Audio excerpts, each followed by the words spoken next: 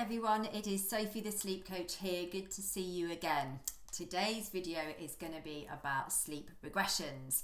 It's something that I get asked about all the time from families that want to work with me or want to get help with sleep, but they're really put off because they feel like, oh my God, am I going to go through all of this work with sleep training? It's not as bad as that. And hit a sleep regression and then everything just fall off of a cliff. Yeah.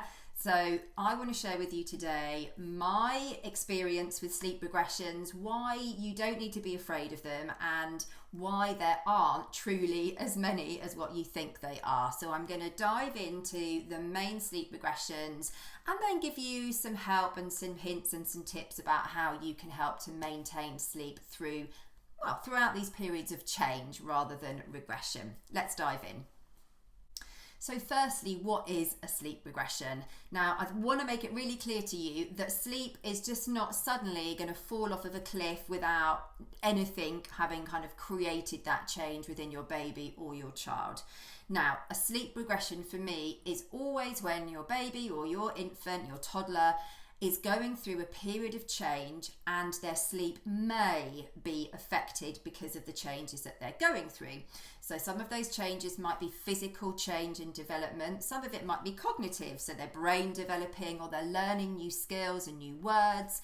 And that's a lot going on for your baby or for your child. And those changes can have an impact on how they sleep.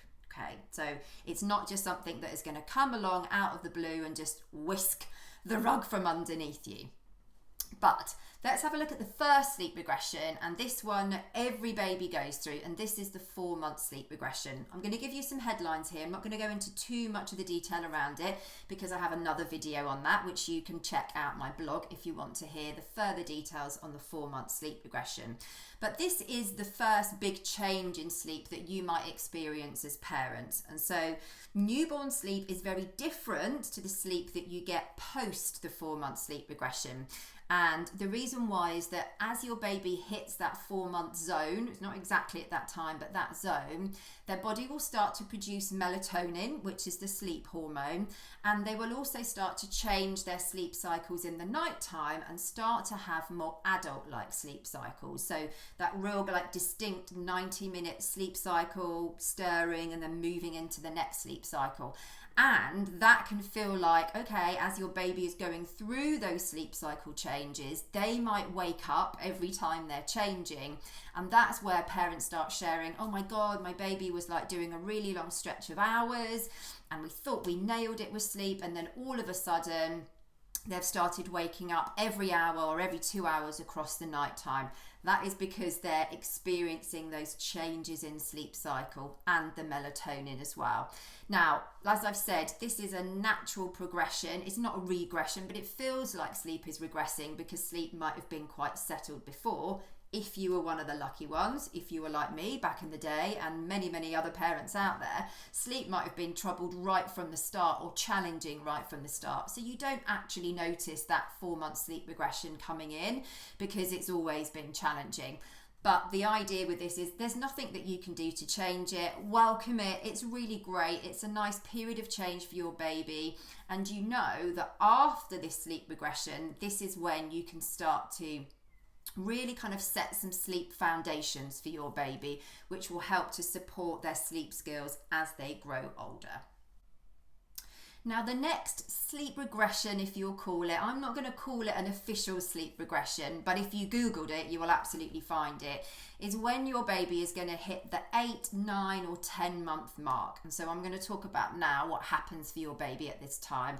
And there's a lot of change going on. So 3 big things here that your baby might be experiencing, which can have an impact on their sleep. Okay, so the first one is that your baby might be going through a period of separation anxiety, and this can be like the first peak of this separation anxiety. So they suddenly realize that when you put them down or when you leave the room, you're in another place or in another room and that you're still around, and that can make them feel a bit anxious and they kind of want to be with you. So that anxiety might be like they don't want to be put down, or you try and get them down for a nap and suddenly they're very resistant to that and they don't want to go, or they cry at bedtime. So it's just them realizing that when they're apart from you, you are still around and they just naturally want to be with you. So that can have an That can be sort of throwing things out with their sleep, either at nap time or the night time as well.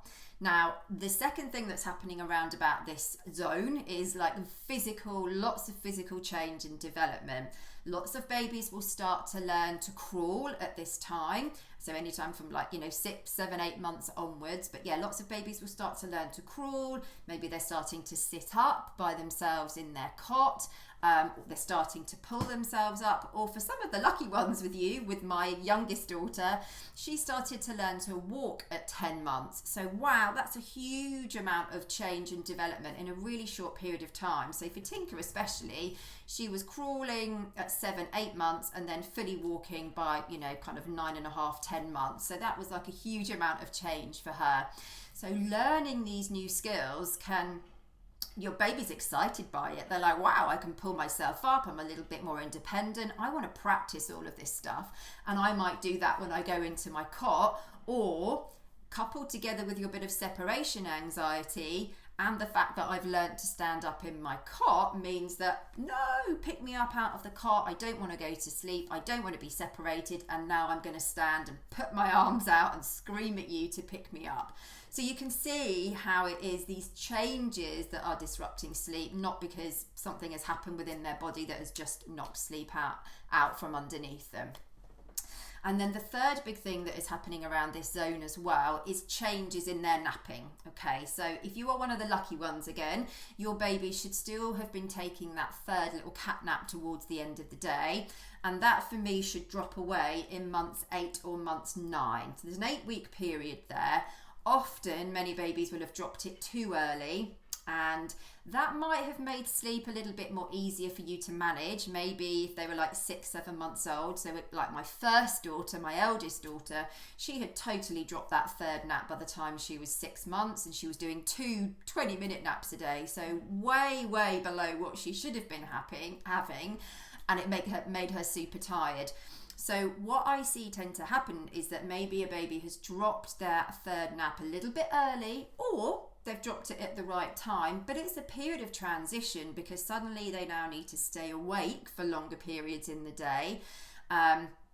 Or if they've dropped it too early, being awake for too long and they're not quite ready for it can leave them feeling overtired. An overtired baby is a clingy baby that doesn't want to be put down, that doesn't want to go to sleep, or that finds it very difficult to go to sleep. So maybe those naps get shorter, you get a lot of resistance to sleep. So again, you can see you're like, oh, my baby's now 8, 9 months, I'm Googling it, oh, it's a sleep regression. It's not actually a sleep regression. It's either one of those 3 things that I've just described or all of them together. So some separation anxiety, some overtiredness because they've dropped a nap, and they've learned to stand up in their cot at the same time. That's a lot going on for your baby, yeah? So it's a lot going on for them there. So that is why sleep might feel like it's regressing for you when you hit the 8, 9, 10 month zone. The next official time that I start to see a little bit of regression with sleep is when a baby can hit around about 12 months. Now, there isn't too much going on for this sleep regression, which is great, but what I tend to see happening is that naps can be challenged around the 12-month mark, and you might have seen many other videos from me where I'm talking about this and where a baby might go on what I call a nap strike. Okay, so they should be taking 2 naps a day. Suddenly they decide around about the 12-month mark that I am not going for one of those naps, leaving many families thinking, okay, that's cool, they're ready to drop down to 1 nap, and they drop it out.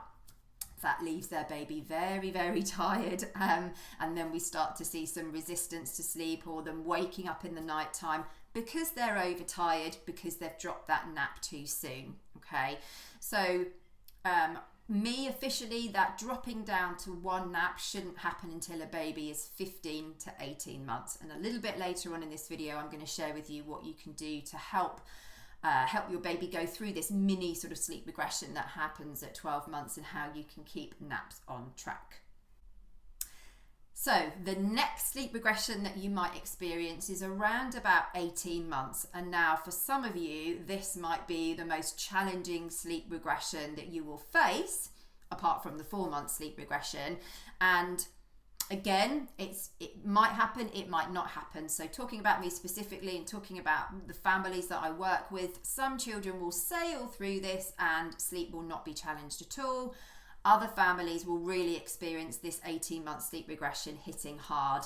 With my eldest daughter, not a peep from her, didn't really even notice anything at all. She slept through the night every single night from the first night of sleep training when she was 9-10 months. But with my youngest daughter, Tinker, she really did experience the 18-month sleep regression. So it just goes to show that, you know, I knew what I was doing then. I was a sleep consultant, but it still happened. It happened for me at a tricky time because and this is the first thing I want to talk about with the 18-month sleep regression. It's not just around 18 months, it's a much broader period of time. So it could be anything from 16 months all the way up to like 20 months as well. And again, what's going on at this time? So like I said just a little bit ago, this might be the time where your baby drops down to having one nap. So sort of 15, 16 months onwards. That might leave them feeling a little bit overtired, so that might trigger some of the changes or the challenges that you get with sleep across the night time or even with naps in the day.